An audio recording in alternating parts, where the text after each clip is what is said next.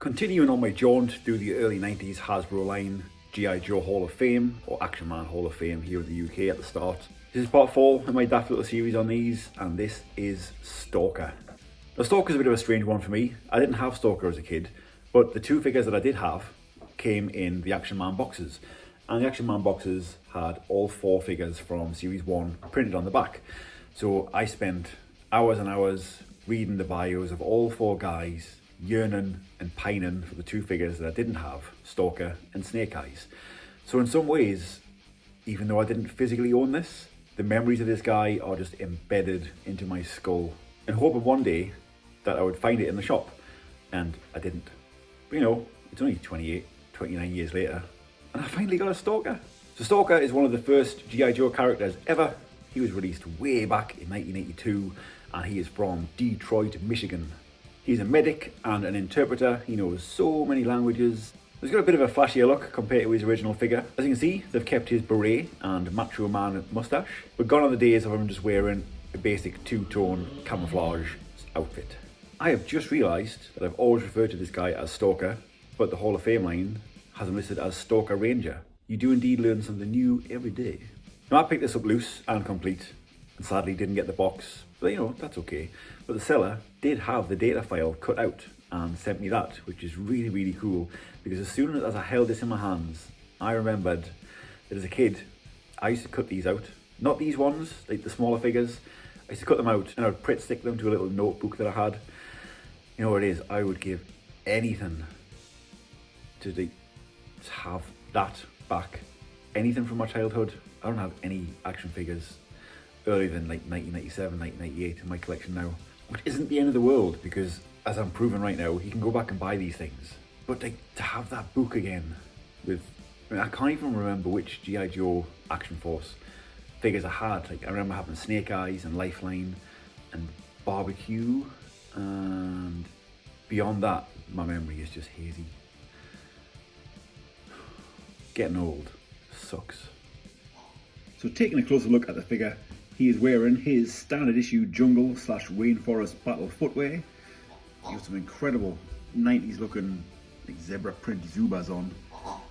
And look at that massive fucking gun. Sadly, due to the limited articulation, he doesn't hold the gun quite as well as I would have liked. But is it going to work? Ah shit, son, it works! Lights and sounds still work. Some 3 decades later. Love it.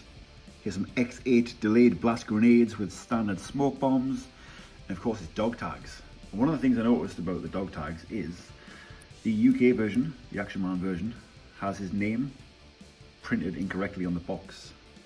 As you can see, he is Lonzo R. Wilkinson, but the box says Linzo K. Wilkinson. So they have his first name and his middle initial incorrect. You know, that's way to go. Hang on, I think Trixie wants to review her little piggy here.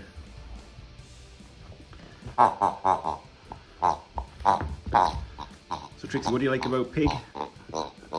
He comes with a masterpiece coin. He has 2 bandoliers that crisscross across his body. And if you are interested in picking these up second hand, loose, make sure you get both of those, because one of them is nearly always missing.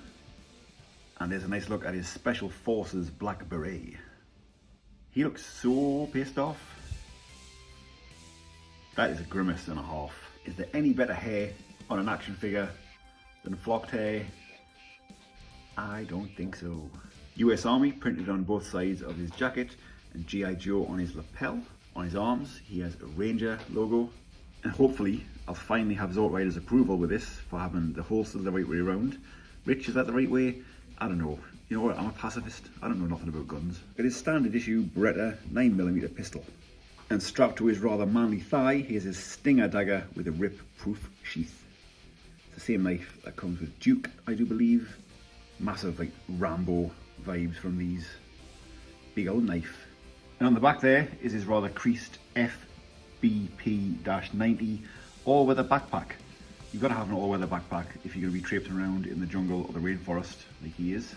And what better way to store your shopping than in a nice big backpack. These massive oversized guns that came with the Series 1 guys are mental. I mean, what, is that like a minigun maybe? Getting like Jesse Ventura vibes from Predator.